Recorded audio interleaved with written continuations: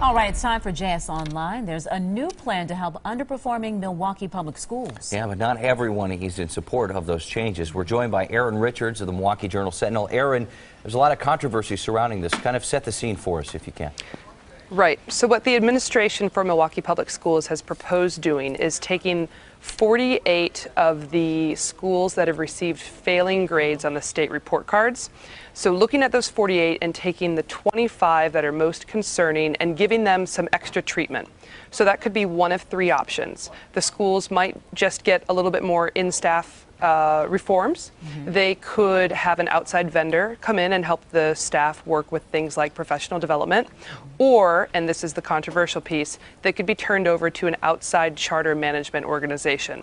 And that's what teachers have rallied against. And why are teachers so upset about it going to a charter situation as opposed to the public school situation it is right now? Independent charter schools are managed by companies that don't have to hire district employees. So the feeling is that these companies are private, they're not part of the district, and that it's a sense of losing control over your public schools by turning them over to an outside person who wouldn't have to employ teachers that are, for example, part of the union. But in the end, isn't it about the students, the kids, and making sure that they can pass? It really is, but what you're hearing teachers say is that, listen, we have a revolving door of school reforms in this district, and what we're not getting at is the real issues that affect achievement. That's poverty, student mobility, homelessness, the fact that some of these classes have 49 kids in them and there's only one staff member to educate them. Are these teacher protests carrying any weight? Because I know there was a measure that was up for a vote and kind of got a little flack from these teachers.